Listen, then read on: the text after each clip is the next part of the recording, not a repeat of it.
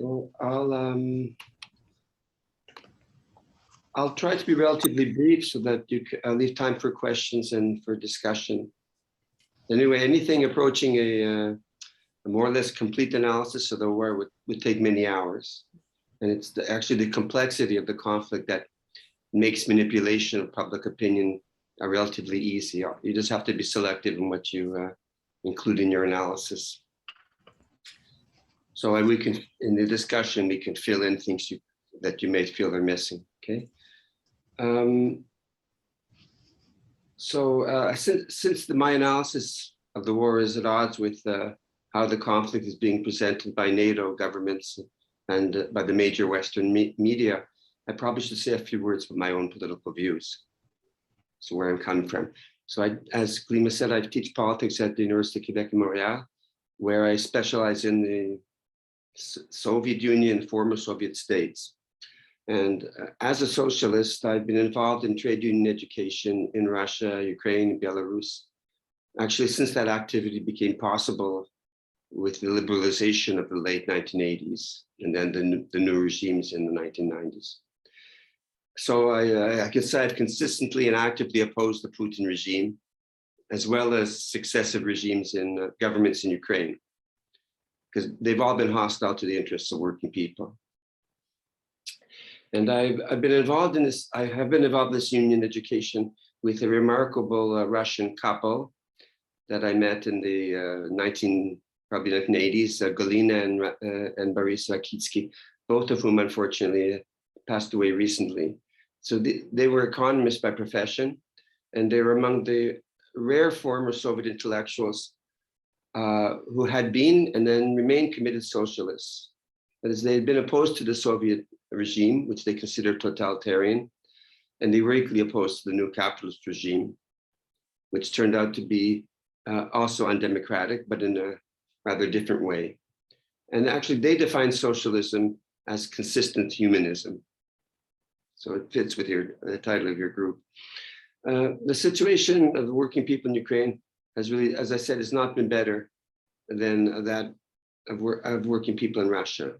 And in important respects, it's been worse, as successive governments in Ukraine have turned this once relatively prosperous region of the Soviet Union into Europe's poorest country. But Ukraine's population in the first 30 years of independence, that is before the war, had fallen from 52 to 44 million. And of those 44 million, many were actually working in other countries, especially in Russia. So in Ukraine, unlike Russia though, elections can change governments, but they can't really change government policies. And these policies remain oppressive for working people. A violent coup in February 2014, which was, I'd say, instigated or actually authored by ultranationalists and supported by the United States, overthrew an elected government, a president. That coup and then the new regime's first measures, provoked resistance and eventually an armed confrontation in the eastern part of the country, which is Russian speaking. And that's an important dimension of the present war. So I'll get back to. So how one views the present war depends very much on the starting point that you adopt. NATO spokespersons and the major Western media, they typically start from Russia's invasion. So the resulting picture that one gets is a big, well-armed state that invades a smaller one that is bravely resisting. But as far as the motives behind Russia's invasion, the Western public has been told only that the invasion was unprovoked. Okay. So in the unprecedented, at least in my lifetime, media censorship that has been put in place since the war began, that word unprovoked became obligatory for the reports on the invasion, Russia's unprovoked invasion. And it served to rule out any serious discussion of Russia's motives. In fact, simply to raise the issue of Russia's motives opened you to attack as an apologist for Russian aggression. So all that we were typically offered by way of explanation for the invasion was the occasional reference to Putin's remarks of many years ago to the effect that the breakup of the Soviet Union was a major geopolitical disaster. I think he said it was one of the major disasters of the 20th century. But the same reports failed to mention that practically in the same breath, Putin added, anyone who wants to restore the Soviet Union has no brain. At other times, it's been argued that Putin feels threatened by the example of Ukraine's democracy just next door, although that democracy is really a crude myth. One thing the public has never heard was that a clear statement from President Biden that Ukraine would not become a member of NATO would quite probably have averted the war.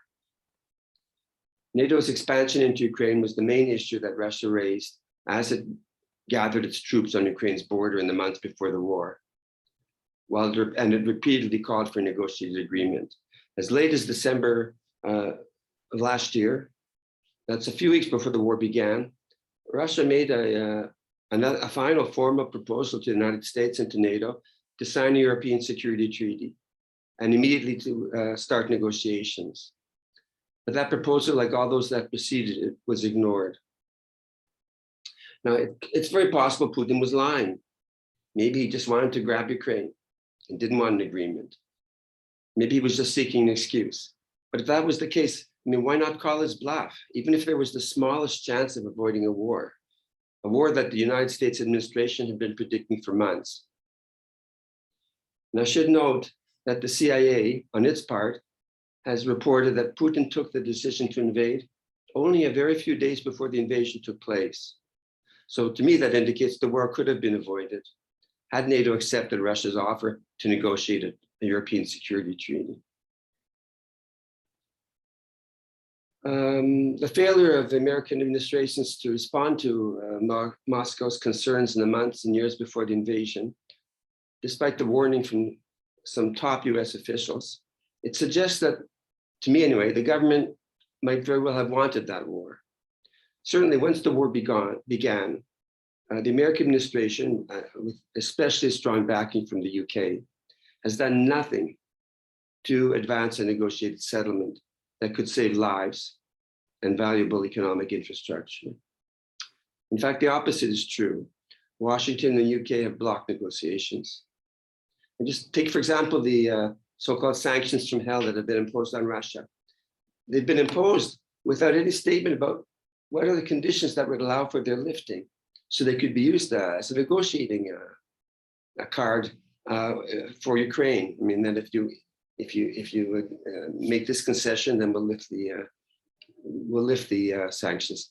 Nothing to that effect has been stated. And of course, it's been widely recognized, and top US officials have even stated it openly, that this is a proxy war between the United States and Russia. And the goal is to weaken Russia, maybe even overthrow Putin for another regime. But another American goal that has never been really stated clearly is the goal of cementing American influence over Europe's foreign policy. Since the fall of the Soviet Union, the United States has worked systematically to exclude Russia from any European security arrangement that could replace NATO, which was an alliance born of the Cold War with the Soviet Union.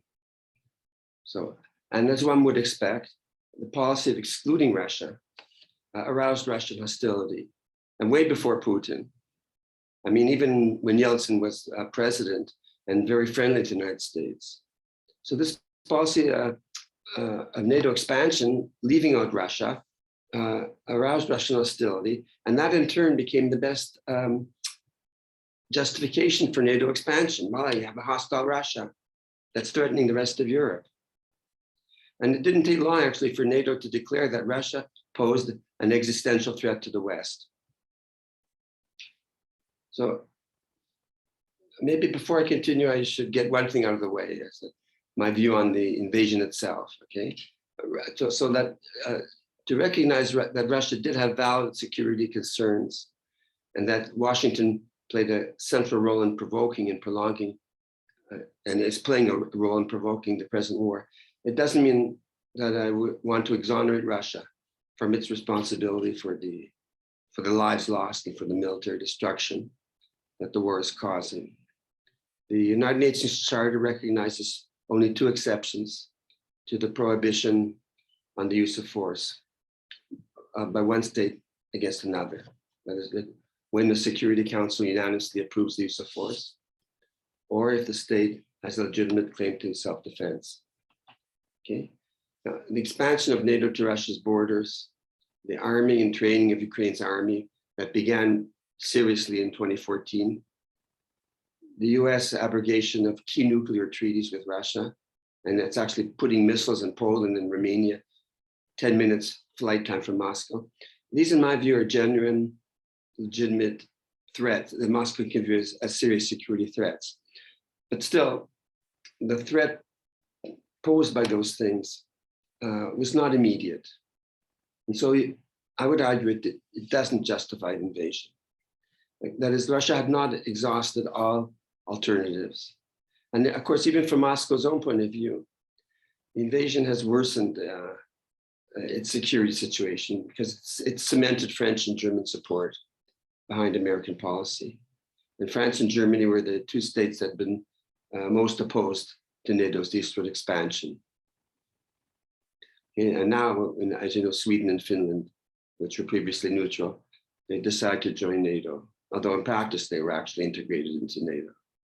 But they didn't have the obligation to come, that NATO imposes, to come to the armed rescue of countries that are invaded, that are NATO members. Anyway, as I said, if you want to stop me anytime, don't hesitate. Okay. And I'm going to go on for a few more minutes. So anyway, I should say that Russia, on its part, in the days leading up to the invasion, claimed that Ukraine was planning an attack on the distant Ukrainian region of Donbass. In fact, I just listened to an American retired colonel who repeated that. I don't know if that's true. I do know, though, that like on the eve of the invasion, a few days before, after refusing to do that for 8 years, Russia finally recognized the independence of the 2 breakaway regions in the Donbass and signed mutual defense treaties with them. So on a formal basis, that allowed Moscow to claim that it was invading legitimately at the request of allies that were under imminent military threat. Now, was there a threat of a Ukrainian invasion of Donbass? I haven't been able to decide that for myself. What I can say is that in the months before Russia's invasion, Kiev had openly announced its intention of retaking militarily the territory it had lost in Donbass, as well as Crimea. It amassed 120,000 troops, which is almost half its army, on the border with the Donbass breakaway region. And in the days before the invasion, the OSCE, that's the Organization for Security and Cooperation in Europe, with the monitoring mission, it reported a major increase in shelling originating from the Ukrainian side of the ceasefire line. So, but I still really can't say if there was an immediate threat, but certainly something's pointed in that direction. And as I just said, I just listened to a YouTube talk by an American retired colonel who claims it was true. Anyway, as I said, the CIA reported that Putin decided to invade only in February. That's a few days before the invasion. So that itself contradicts repeated American administration statements in the months before the war that Russia was going to attack at any moment. Okay. So my own position is that whatever Kiev's intentions were before the Russia's invasion, I think Russia should have waited, even from its own point of view, for an attack, to be attacked before moving militarily. And until that event, Moscow could have tried to win over France and Germany to a security agreement and to split them off from the American hawks. And also I should mention that France and Germany were the 2 countries that had, what's the word in English? They had been involved in the negotiation of the Minsk Accords in 2015, which would have ended the Ukrainian civil war by giving the breakaway regions a measure of autonomy. I mean, they were there, they endorsed it, but they didn't do a thing in the ensuing years to make Kiev live up to that agreement. Okay.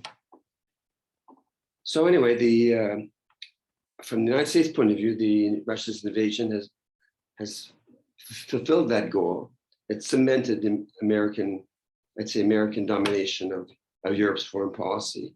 It's also strengthened the hawks in the American administration and Ukraine's ultranationalists. I mean, there's an objective alliance there. I think also the invasion pushed at least a significant part of Russia's Russophone population that had been sympathetic to Russia and opposed to the regime in Kiev. It probably pushed them closer to the Kiev regime, and again, aroused hostility to Russia. And after all, you have the army coming towards you, Russian army. And so I'm not really sure. There's different reports of what the feeling is among the Russian-speaking population in Ukraine, which is majority actually. But I think, anyway, we'll get to that later. I think another Russian mistake was to declare denazification as one of the goals of the invasion. So, because to the initiated ear, that sounds a lot like regime change. But actually what Putin meant, in fact, was to get rid of the influence on the Ukrainian government of the radical right-wing nationalists, okay, whose main ethos is to hate Russia and to defend the Ukrainian language. That's about it. I can explain that more if you want later. Anyway, once the war began, from my point of view, a humanist position is to press for the most rapid possible negotiated end to the fighting, to minimize the loss of life and the destruction of socioeconomic infrastructure. Because I think next to starting a war, the most reprehensible action is to keep a war going when there's no hope that continuous fighting will improve the outcome. And that's exactly the situation. I mean, there's no hope that more fighting is going to improve it for the Ukraine. Okay, but I mean, that's the position of NATO and Kiev and Ukraine's president, is to keep fighting.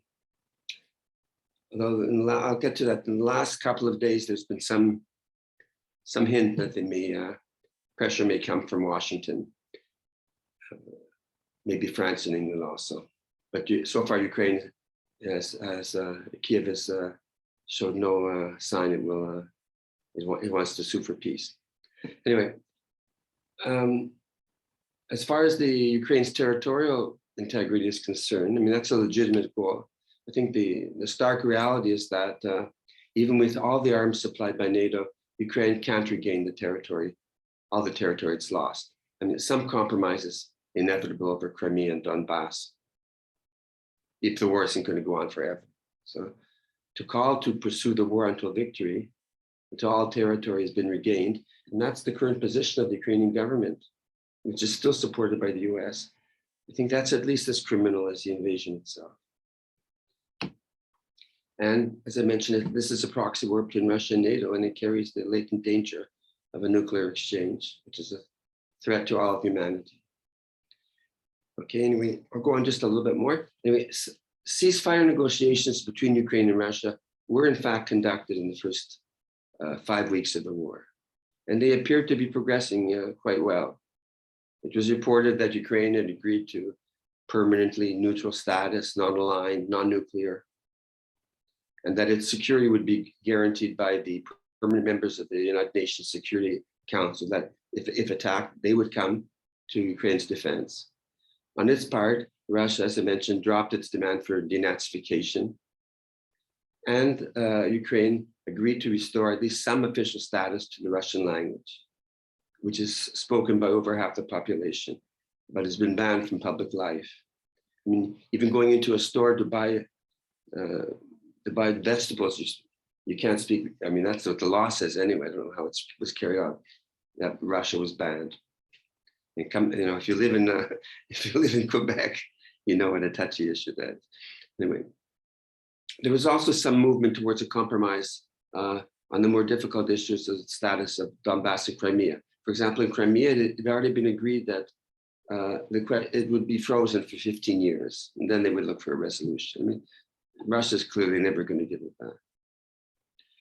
And so 5 weeks into the war, both Kiev and Moscow were expressing optimism about a negotiated ceasefire. That incidentally was never reported in the major Western media. But just at that point, that was in late March, President Biden capped off a European trip with a noteworthy speech. He began as usual by insisting that the invasion had been unprovoked. Then, after claiming that Putin's goal was to build an empire, he declared, and I quote, "For God's sake, this man cannot remain in power." Okay?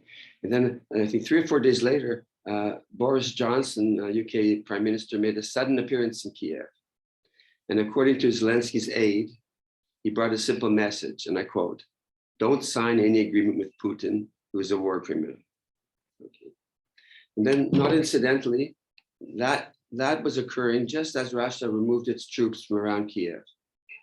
And that was widely viewed, in my opinion, wrongly, as a sign that Kiev could win the war, or could have defeated Russia, which wanted to capture the capital. Totally untrue. I mean, it's amazing. Russia has never bombed any government building in Kiev. Anyway, at the same time, of course, as you probably remember, as Russia removed its troops, the Ukrainian government announced the discovery of alleged Russian war crimes in the nearby town of Bucha. Okay, I won't. If you want to ask me about that, I'll go into it. But anyway, that marked the end of negotiations. Since then, there's been nothing. Although Russia has repeatedly expressed a desire to resume negotiations, Ukraine insists that no territorial concessions are possible. And Ukraine's gone so far that it has blacklisted Henry Kissinger for recently at Davos calling for a peace settlement that would involve, at least provisionally, a return to the territorial status quo before the invasion and for Ukraine's neutrality. A Zelensky advisor who insisted that Ukraine could and would win the war termed Kissinger's statement a stab in the back of Ukraine. Someone, I think, remarked that when you reach the stage where Henry Kissinger becomes a voice for sanity, that's a situation is dire indeed.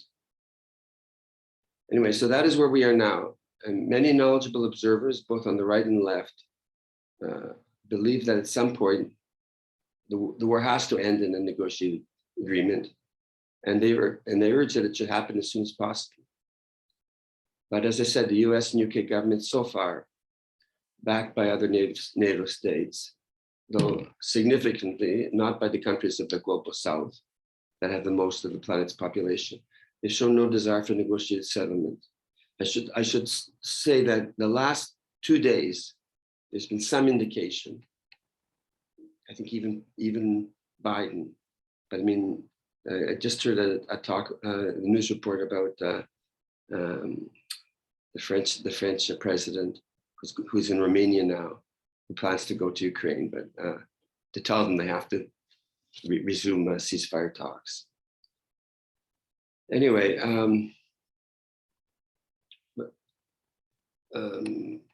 I mean, I should just mention there's been absolutely no contact on the diplomatic level between the United States and Russia since the war began, and Blinken and Lavrov haven't spoken. There's been some recent contact between the heads of the American military and Russian military, I think because there's concern of the war is going very badly for Ukraine, but that's as far as it's gone. So,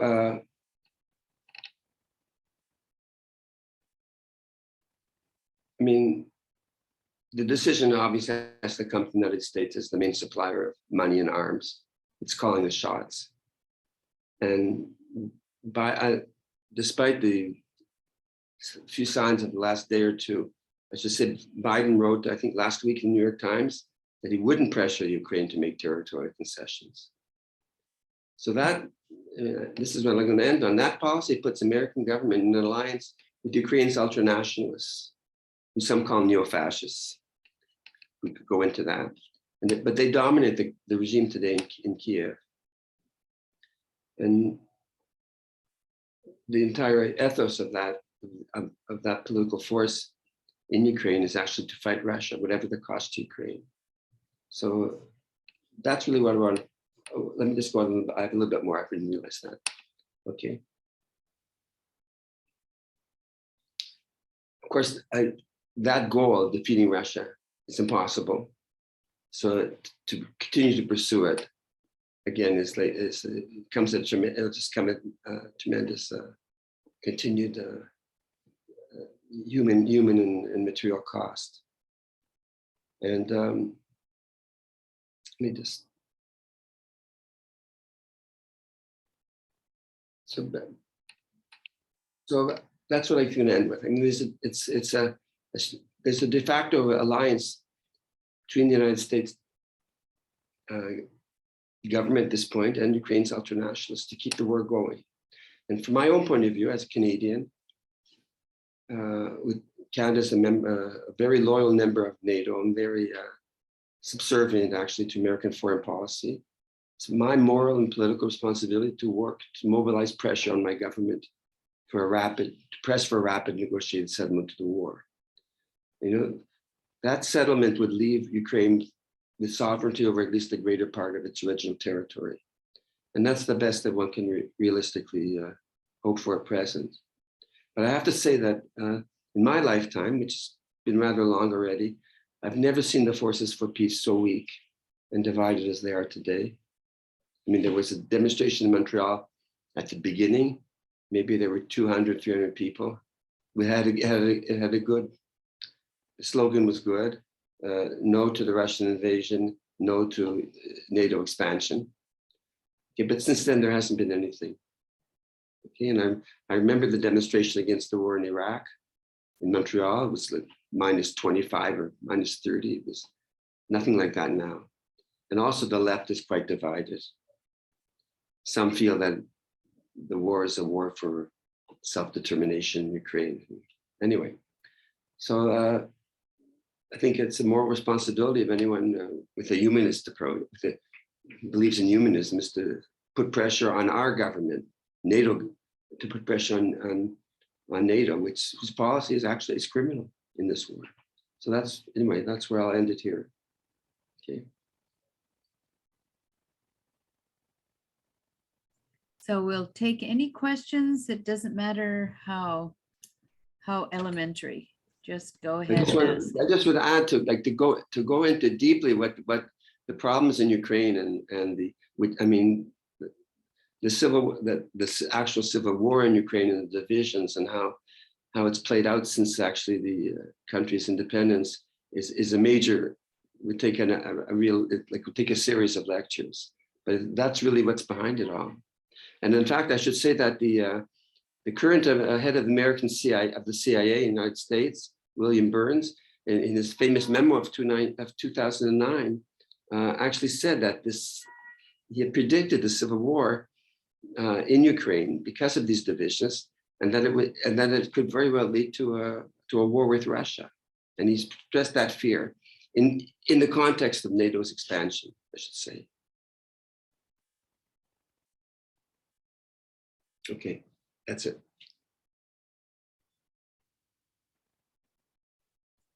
Go ahead with any questions at all. No, I apologize for being late. I thought it was 7:30, so I just came in on the tail end. So you think that Ukraine should just give up some of their land? I think they should negotiate a ceasefire as soon as possible. They can't win the war. Continuing the war won't put them in a better position. And I think they've already lost Crimea, and maybe some compromise can be reached on Donbass. I mean, there was the Minsk agreement of 215, which would have saved, which probably would have averted this war, which would have given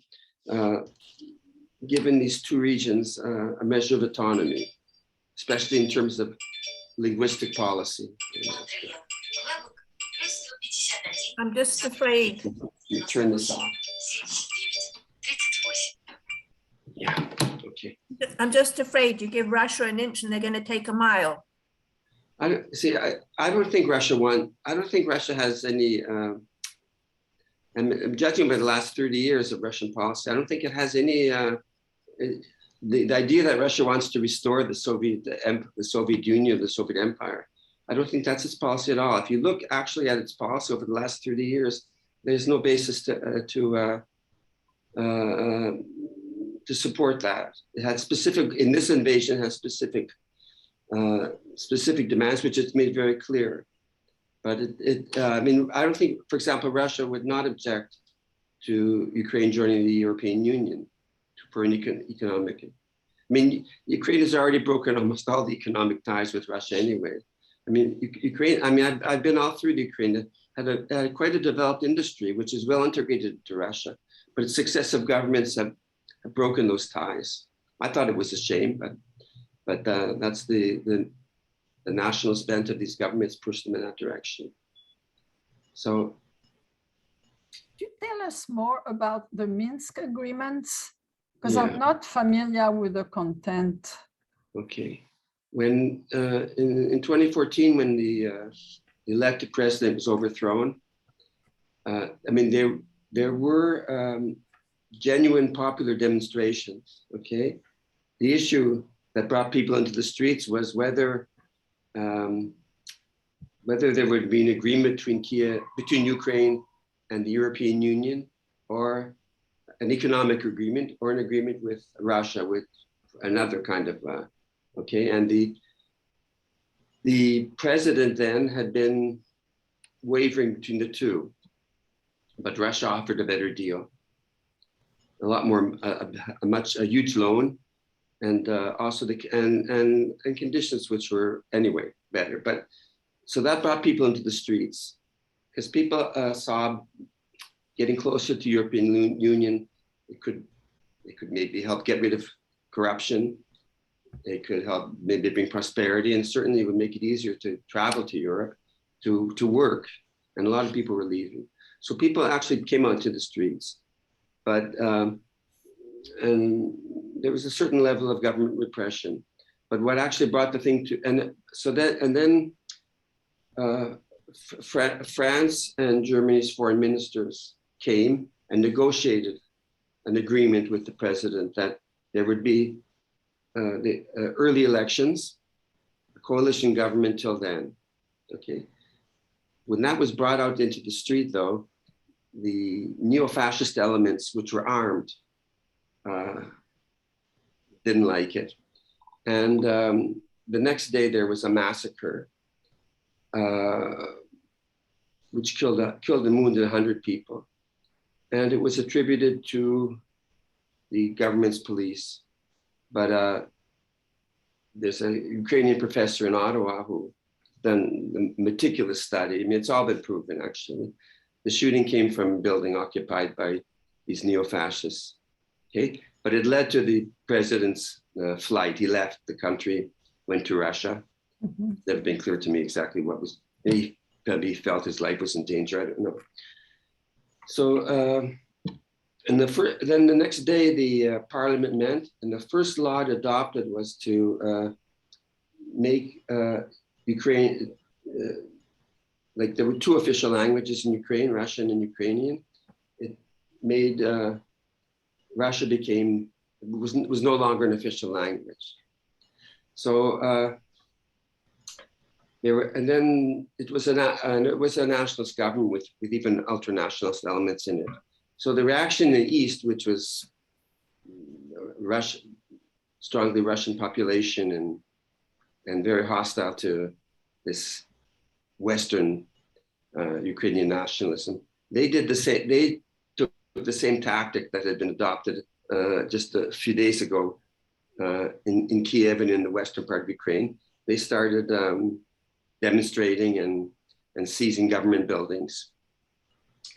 And instead of going and trying to talk to them and try to reach some kind of peaceful agreement, the new Ukrainian government, which was declared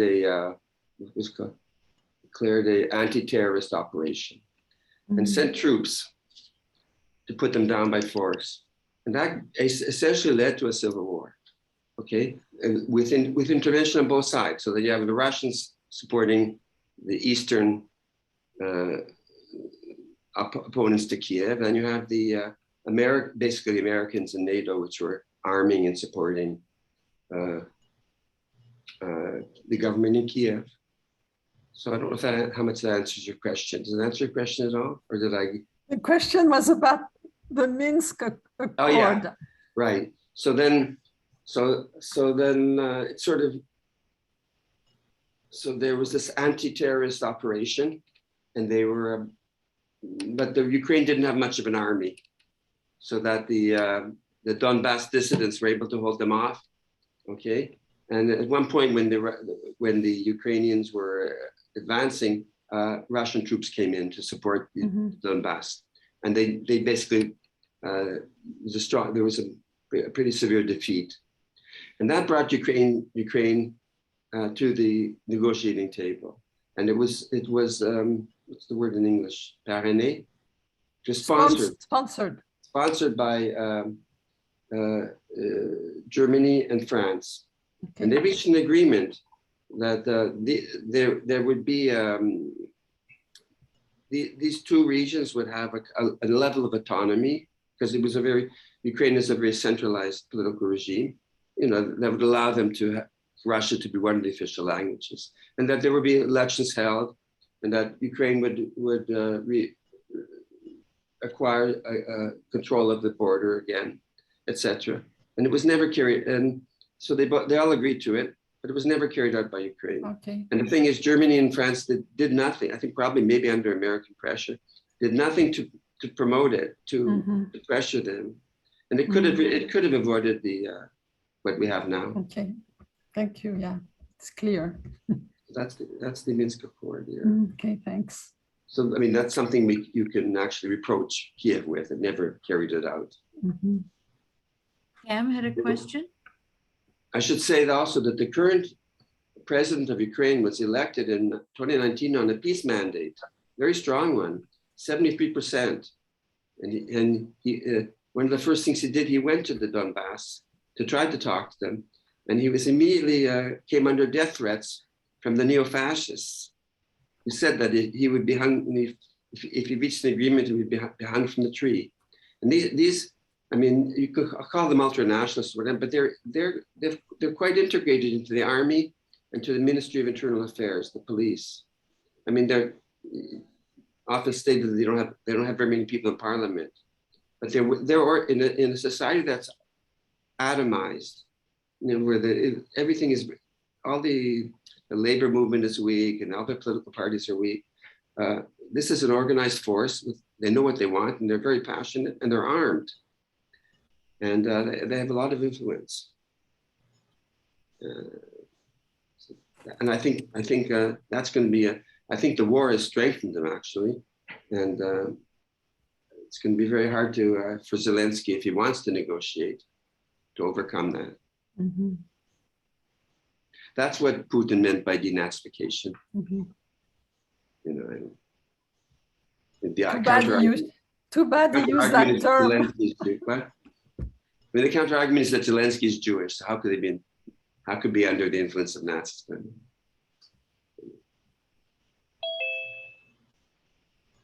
Thank you. Cam, go ahead. Yeah, well, I think Dave has answered my question, because what I'm hearing is that Ukraine is not a monolith. And everything he's saying is confirming that. So, no, that's the tragedy. The political elites that have been in power since independence have, instead of trying to bridge over these divisions, they played on them to come to power. I mean, and there've been an alternate, really, a pro-Russian and pro-nationalist. They've alternated, and they've used them then in order to pillage the country, actually. And that's really the tragedy of this country. I mean, we live in Quebec, we see how complicated these issues are. Yeah. But there's been no serious attempt to come to terms. I mean, I think the Ukrainian language should be promoted. But I mean, can you imagine if you couldn't go to a store and talk English? Oh, actually, maybe that's coming to that. But anyway, I mean, the Anglophones are actually privileged compared to the Russians and the Russophones in Ukraine. Maurice?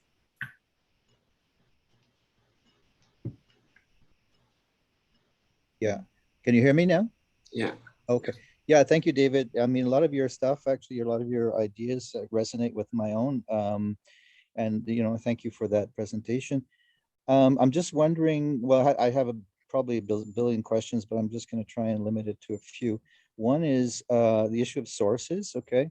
I try as much as possible to read across the spectrum as much as possible. And I'm getting, of course, black and white. It's very polarized.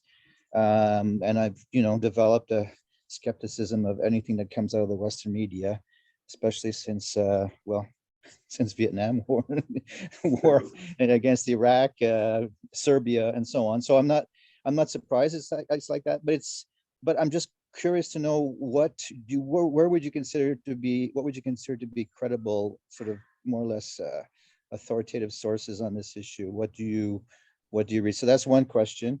The other question is the extent of the neo-Nazi infiltration, if you want to call it that. You were hinting, well, not hinting, but saying that it's much more extensive than we're led to believe.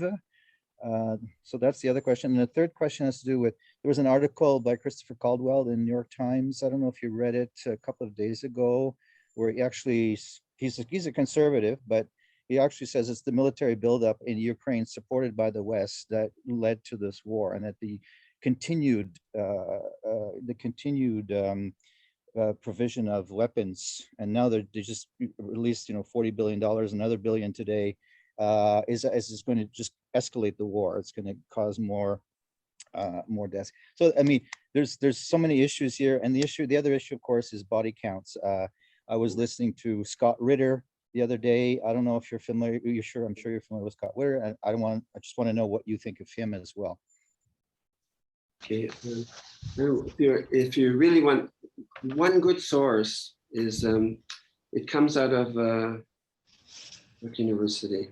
I know it's called the Johnson's List. Okay, if you Google that, I forget which university it is, but you can subscribe for free, and almost daily he sends out a compendium of different articles and all kinds of different points of view. And even before the war, it was very useful. So I found that useful. You know, I obviously listen to Russian news programs to get their point of view, and they're actually not as bad as you would think. You know, I would suggest try to Google Johnson's List. It's a good source. It's a really good source, because I mean, you get all kinds of different points of views and with links to different articles. Okay. And the neo-Nazi infiltration and the Azov battalion and so on, I've been reading reports that they're much more influential and much more present in the military than we're led to believe. Is that true? I think they're great. I mean, they're actually I mean, even as soon as Ukraine became independent, they started they hold summer camps for high school for school children, militarized summer camps with the where they propound their ideology, and they do actual military training. And obviously the enemy is Russia. This is from the start of independence, like 30 years ago. So they're in their medium now. But it's often said, well, they don't have many people in parliament, they don't get many votes. It's true, but they're organized. We're in a society that's basically atomized. Also, they have, and what is kind of strange is they have support of what we might call more or less liberal, but nationalist liberals. And like they had this strong support of the Ministry of Internal Affairs, Avakov, who just resigned. He was there for like 8 years. Just to give you an example, there's a government site, Ministry of Internal Affairs. It's called Peacemaker, and there they put the names, the addresses, and all kinds of personal information of people they consider to be hostile to Ukraine. Now they've even put Kissinger on that list. And there've been actually, I don't know how many, but I know at least two or three names of journalists who were on that list who were assassinated, right? But also they're strong in the army, and they were fighting in Mariupol. There were battles in 2014 around Mariupol, and the Donbass dissidents were pushed out. And this was done by the they have their own. They've actually been integrated into the armed forces. So that the Dmitry Yarov was like one of the longtime leader of this current. He's officially an advisor to the chief of staff of the army. I don't know what that means, but you can Google that and find that out. And he's the one who said that if they try to carry out the Minsk Accords, Zelensky will find himself hanging from a tree in the center of Kiev. And then, like in the first week of the war, there were negotiations in Belarus, and they seem to be advancing. And then something strange happened. One of the negotiators, Denis Kireev, a banker, I don't know, he was assassinated. He was shot in the middle of, in broad daylight, in the middle of Kiev. And one ministry called him a traitor, and the other ministry gave him a medal. I mean, and this never made the Western press. To this day, I'm still wondering what the heck happened to this guy. So there's all, that's about, the best person on this is, like, if you want, I can give you he's a very good Ukrainian sociologist in Germany now, Ischenko. He's written the most on most actually balanced analysis of that current. And he's the one who actually raised the alarm in the West back in 2016 and 17. What's the name again? Ischenko. It's Ischenko. Ischenko. I think it's Dmitry Ischenko. He's had some articles in New Left Review, and I can send you some sources if you want. Sure, please. Yeah. But what interesting thing also he pointed out is that the dividing line between like the liberal nationalists and the radical nationalists has become very vague over the last few years. So.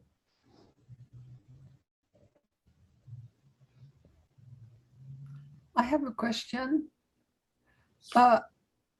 Yes, David, I'm wondering, we've heard that, that the Russian people are behind Putin and that opposition to the invasion in Russia has been squashed and so on. I would like to know more about that. I'm not sure how much I can say, but I know a lot of people left the country. I mean, probably a few tens of thousands, but these were people who probably thought they could find jobs in the West, right? And there was the famous case of the news broadcaster, a woman who, in the middle of her broadcast, post the war. Okay, also people I know that are on the left are opposed the war and condemn the war, and I can understand that. I mean, it's very, but I think it's like with the case of Crimea. I think a lot of people have rallied to the regime, to the regime's arguments, on that Ukraine is becoming a NATO, being integrated into NATO and becoming an anti-Russia. Mm-hmm. So it's hard to say. I mean, when Putin annexed Crimea, it really boosted his ratings, although there was some part of the population, a small part, that opposed it. But it was I should say even in 2014, the annexation of Crimea, it didn't come from any kind of an ordinary imperialist kind of motive. It was again the argument, this kind of geopolitical argument. I mean, Russia had its major naval base there. Mhm. And because of the involvement of the United States in the overthrow of the regime, like a few weeks before, it felt that if it didn't act now, it's going to have the 7th Fleet base there, and it would be kicked out. I mean, it had a long-term agreement, but until then, Russia showed no. There had been no sign from Moscow of wanting to re-annex, retake Crimea, which had been part of Russia for 200 years until 1964, when Khrushchev gave it as a present to Ukraine. Mhm. I mean, I remember even in the 1990s, right after, well, first of all, the Crimea, I may be going off on the tack a bit, but in 1990, Crimea, which was still part of the Soviet Union, but part of Ukraine, they held a referendum that they wanted to leave Ukraine and be part of Mhm. the Russian Federation. And then after, like in 1992, there were elections there, and they elected a governor in the Crimea, he was called the president, on a platform of leaving Crimea and joining Russia. And he went to Moscow, and no one would receive him. They didn't want to talk to him. Okay, of course that wasn't Putin. You might say it was a different president, but I really think there's no basis to think that Putin wants to restore the Soviet Union. It's really, he's a nationalist, but it's a kind of let's say a geopolitical national. Geopolitical. The other thing about Russia, I should say, which is interesting, it's not an ethnic nationalism, and that's really something new for Russia. I mean, there's 15 million Muslims, and there's I don't know how many Jews. I mean, they've never had it so. They've never been so free. I mean, in terms of their religion and being free from discrimination. Okay, although Russia sometimes has there's the idea in the West that it's neo-fascist. At least from that point of view, and I'm Jewish myself. I'm actually surprised. You know, there's schools and it's been open.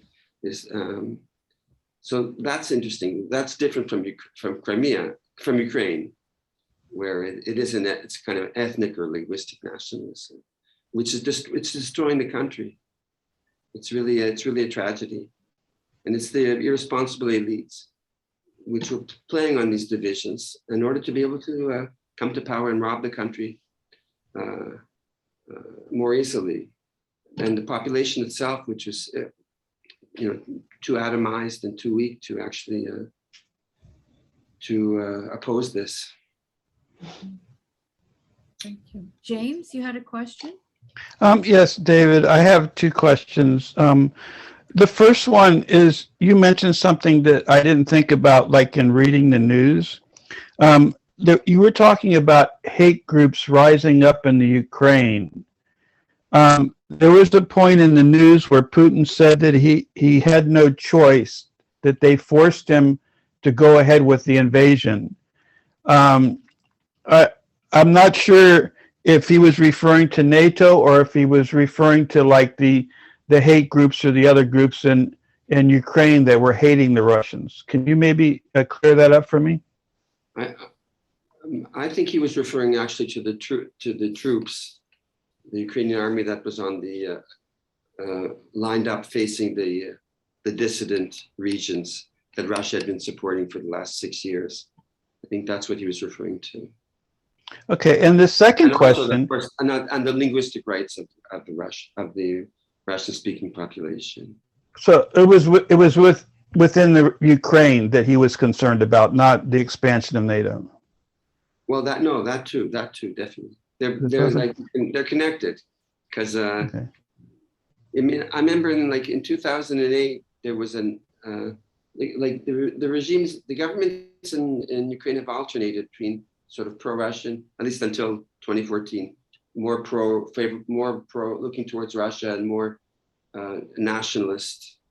Okay, and this was a nationalist government that had been elected in 2004, and the Communist Party, which was still legal then, it's been outlawed since, collected 2 million signatures for a referendum on NATO adherence and joining NATO. And by the Constitution, that they should have held a referendum, and the government just ignored it.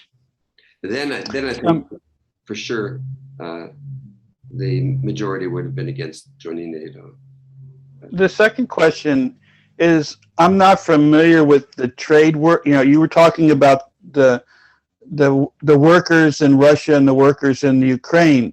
Now that the Ukrainians are pushed out of their own country into Poland, the factories and things that they worked in Ukraine aren't going to be repaired anytime soon. How are they going to find work in Poland and other countries? It's a good question. I mean, I'm just thinking, like, you know, you said there was some conflict that the Ukrainian jobs were better or worse than the Russian jobs, but there was Russians working in the Ukraine, so you really don't know who was belly aching. No, there were Ukrainians working in Russia. Not many Russians working in Ukraine, but a lot of Russians working as Gastarbeiters, basically in Ukraine, in Russia, but a lot in Europe too. So they'll just have. Huh? Ukraine, the industry that Ukraine inherited from Soviet Union, most of it is gone. Although a lot happened. I mean, that was the effect of shock therapy in Russia, but a lot of it was also because it was an integrated economy, Russian and Ukraine. So a lot of what Ukraine produced was for Russia, and the governments have successive governments have actually worked to breaking the ties. I mean, so they're completely making whole new lives then in Poland or wherever else they go. I don't know what they're going to do. I don't know if they probably have left apartments. I think if they would want to come back to them. I don't know. Well, but that's a good point. I mean, Ukraine, as I said, that Ukraine already in the first 30 years it lost a good how many did I say? The population fell from 52 to 44 million. Most of that is immigration. So that people were leaving because the economic situation was bad. I mean, it's considered the poorest country in Europe. So, and there are a lot of them working in Russia itself. Well, do you think that Russia, Putin would allow them, 5-10 years from now to come back in and try to reclaim, build up the factories and reclaim their jobs? Or do you think he would still continuously put pressure on them in terms of war? I don't think Putin has anything to say about whether they want to come back. I don't think he cares either way. Okay, well, I'm just curious because I don't know, and it just seems when they talked about a prolonged war, I don't know if it would be the people or if it would be the agreements that he hasn't, been included in. I'm just curious. I have no idea. I think Russia will. Russia. I mean, it may sound I'm very pro-Russian. I think Russia has wanted to negotiate an end to this war since the beginning, and its goals were pretty clear. And as I said, Ukraine at the start, it seemed to be moving towards a negotiated peace, which wouldn't have been actually much worse for Ukraine than than had the war had started. But once something changed there, maybe the view in the West, in the United States, that Russia wasn't going to crush Ukraine totally immediately, and it became a proxy war. I don't know. Okay, well, thank you. Yeah, no, you gave a very good presentation because you raised some things that are worth Googling to find out more about, but I didn't, understand all of it except from what I read in the news. So I enjoyed your talk today. If you write me, I have a lot. I can send you sources and stuff. I've collected a lot over the time, but the 3 books that I mentioned that I think Lima sent to you, they're really good. I mean, one of them is by Richard Sakwa. It's a really fundamental book, and his position is close to mine right now. I just heard, as I said, on YouTube an American colonel who had been in Vietnam, retired now. What I told you is exactly, he just repeated it. I could send you the link to. So it's funny. It's like there's the American hawks, and then there's the conservatives who actually, I guess they've always been isolationists in the States to some degree, who seem to have a more rational position. And then there's the part of the liberals that are shifting now, like you know, and even Kissinger coming around. I mean, it's a voice of sanity. The last thing I heard was that, as I said, is that Macron is going to Kiev and is going to talk to them about the need to negotiate. And I think even Biden must have said that. It must have been yesterday where Biden said that there has to be some kind of negotiations. So the tune is changing. I think they've realized the war is going very badly.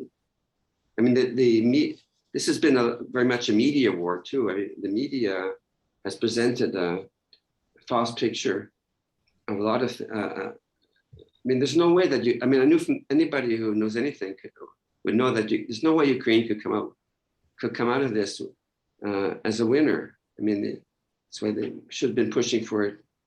But the parent and even the fact that Russia moved its troops close to Kiev at the beginning and then moved them away, it may have created some false optimism among people. But Russia, to my opinion, didn't.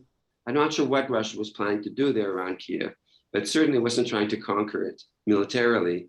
Maybe it felt that it would be welcomed in open arms, but I mean, it had you know, a 30 kilometer long hardware lined up there, and no one touched it.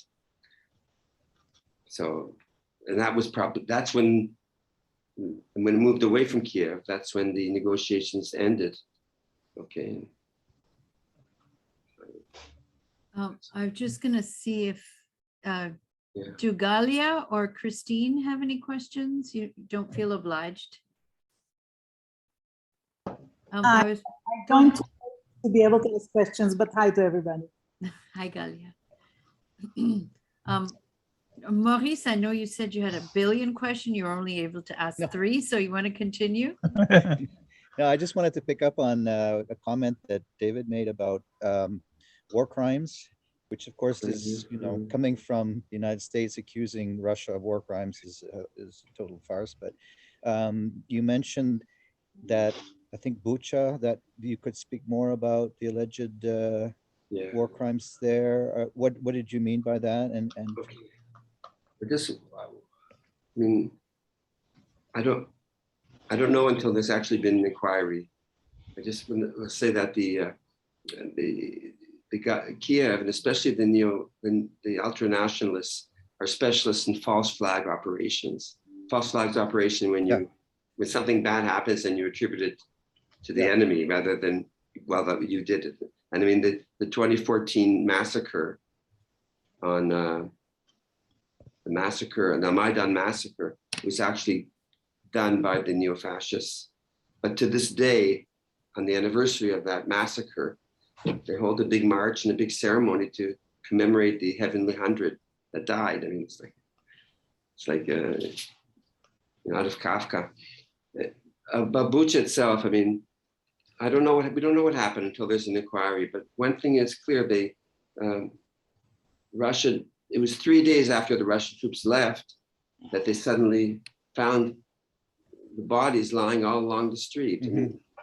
I mean, but the mayor of the city announced 3 days before that the Russians had left, and was very happy about it. Mm-hmm. Didn't mention anything about the murders, and then I mean, just the fact that, so if bodies have been there for 3 days, they start to decay, and these were fresh bodies. One thing.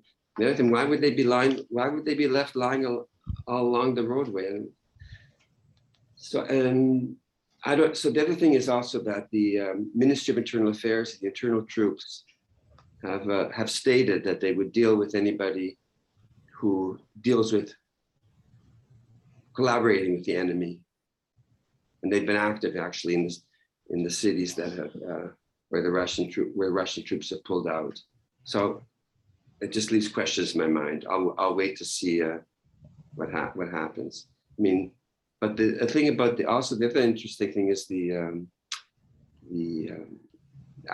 steel plant in Mariupol, which was, I mean, it was being reported every day. I don't know. Yeah. What forced the what forces them to follow these, or they have orders to? I mean, it had no significance. I mean, towards the end, it had no military significance at all. but it kept being reported as if it was the center of the war. At any rate, there clearly were NATO officers from NATO armies in there, and we'll know once Russia reveals.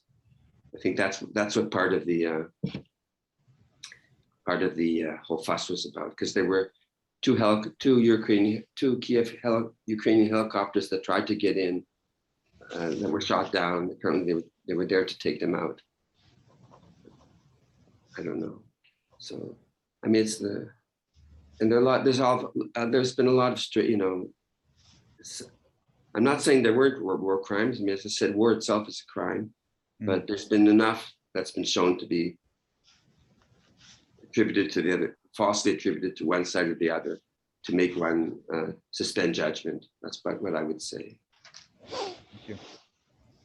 Ray, I forgot to invite you to ask anything. You're on mute. You're muted. Let's see.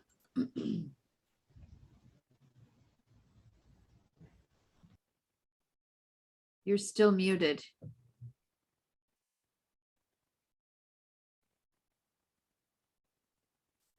I don't know if I can unmute you. All right, maybe. When you get unmuted, I will leave the floor to you. David, I had a couple of one gossipy question about the relation of Putin and Trump. If you have any sort of anything to say about that. And the second question is about Ukraine being a bread basket. What's happened to that in terms of its economic significance, maybe to Europe or surrounding areas? Well, Trump, it's funny because Trump came out about a few weeks ago calling for a negotiated ceasefire. So, I didn't follow it too closely, but it seemed, it's been said, and I kind of personally tend to believe it, that this whole thing about a Trump-Putin relationship was brought out to explain the Democratic Party's loss in the presidential elections, where Trump won. And I don't think there's any kind of special. I don't think there's any kind of special relationship between them. And I haven't followed all that. Some of it has been really revealed to be that the evidence was revealed to be fake. On the other hand, I should say that the connection between Biden's son and Ukraine, there's quite a bit of suspicious stuff there. I mean, he becomes the vice president of one of the biggest, I think it's the gas companies, Burisma. And then there was an investigation into it that was suspended. But I don't follow that too much. It's for me, it's like I don't have time to follow. But I know it's occupied a lot of the American attention. Glima? Go ahead. Yes, go I ahead. think Ray's unmuted. Oh, Ray, go ahead. Yeah, I finally got unmuted. I don't have any questions, but I'm so thankful. Thank you, David, for a wonderful presentation. It's so nice to get other views of what we're being fed, and I realize how important and the ramifications of something like this, which is difficult to communicate in such a short time that we have here. But I also want to thank you, Glima, for setting this up. That is very much appreciated. Just want to say to Maurice that my daughter graduated from Marinopolis. Did you? Oh, my sympathies. She went on to medical school in McGill and graduated. Oh, well, there you go. That's why she went to Marinopolis. She thought it would help her get in.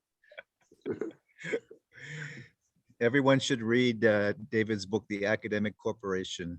Oh, yeah. About his time at McGill, which I'm a graduate of as well. So I can relate to the problems with that university. And It's an amazing career, but I survived that. I survived. Yes, I'm surprised you did.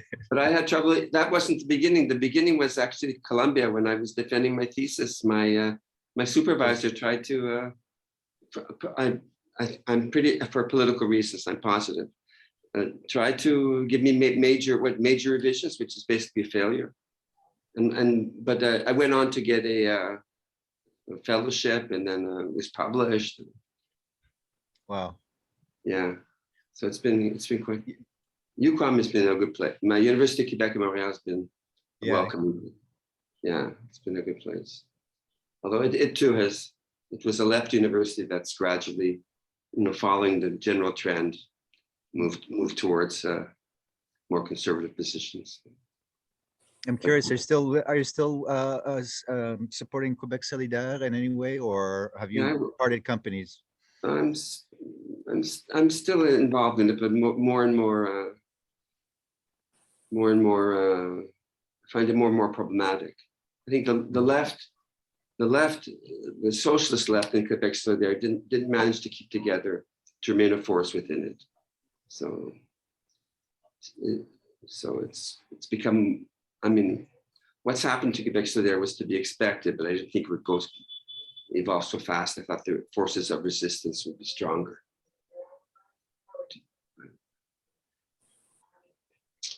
Do you see any forces of resistance in the Ukraine-Russia dynamic? The left, the left is very. The left in Ukraine supports the Kiev, in the very small left that exists, supports Kiev. I don't know if I was in Ukraine, maybe I would. Who knows? Maybe I would feel that way too. I mean, it's very weak. And in Russia too, the left that I know, it's opposed to Russia in the war. Definitely, they were opposed also to the annexation of Crimea, and I can understand that. And I'm not sure what position I would take were I living there. But living in Canada, I know that I have to press my government against and oppose NATO policy. That's my position. But I sent, and I wrote an article at the beginning of the war, basically more or less the position I gave, and I sent it to these friends in Russia. And the only thing they liked was that Russia's invasion has to be condemned. The whole rest of it, they didn't care for it all. So I don't know. But I think, I mean, from what I read, the bulk of the population, how much, I don't know, but a majority, I think, supports the goals, which are not to swallow Ukraine, but they're actually, they see it as Russia defending itself geopolitically against the threat from NATO, and NATO encroachment. I mean, that was even the case under Yeltsin. And the government under Yeltsin, Russia's first 10 years, it was basically under colonial government from the United States. The United States was running the show, and it was very friendly to the United States. And even then, it was extremely upset by Russia's position has been in favor of a kind of a pan-European security arrangement where it would be included. But I think the United States never went for that because Russia's too big, has missiles and everything. If it were in that, it couldn't be controlled by, it wouldn't be dominated by the United States. So it wouldn't serve its purpose from the American point of view. And that's what, I mean, when NATO was set up, I mean, that was the first NATO, what's it called? The first NATO chairperson. He said that was the goal, to keep America in, Russia out, and Germany down. And that's still the goal today. And I mean, from that point of view, the Biden administration succeeded. Russia's played into the hands of it. Because France and Germany are totally pulling the line now. Sue, you had a question? Well, it's not really a question. I'm really sorry I missed the beginning. I guess you'll send us the recording, and it's more anecdotal that I have Russian friends and his business is in Moscow. But he said that the Russian people don't know what's going on. They're just fed a whole load of propaganda.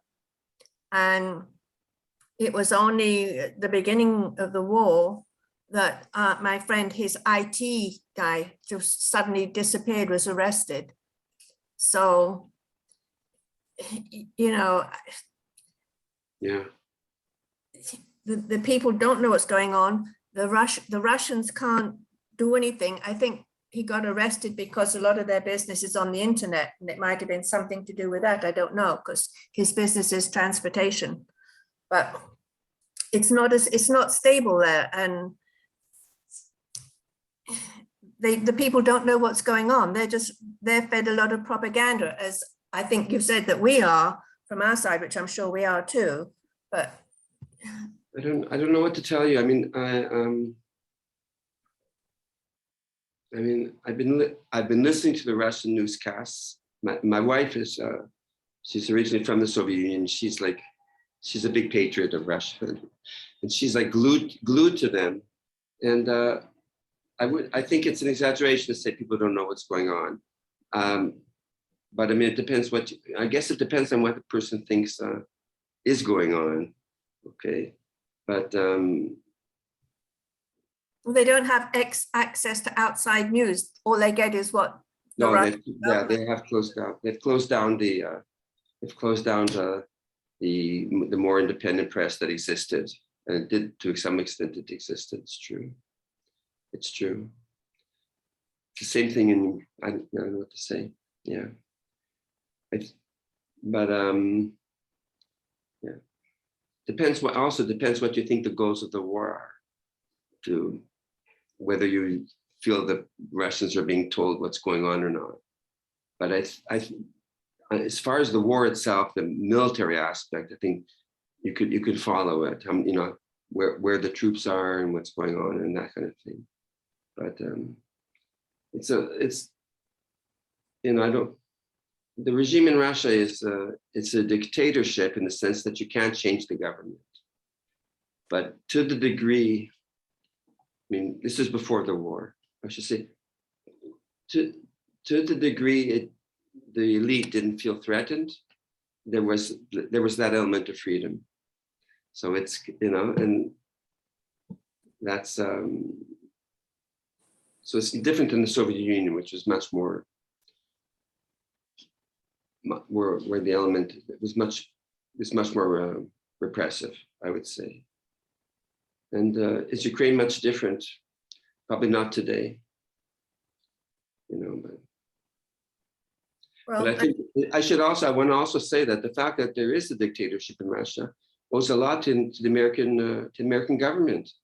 I mean, they like the 1996 election where Putin was reelected, which was stolen by him because the communist candidate actually won. I mean, it's even been admitted by one of Putin's vice presidents.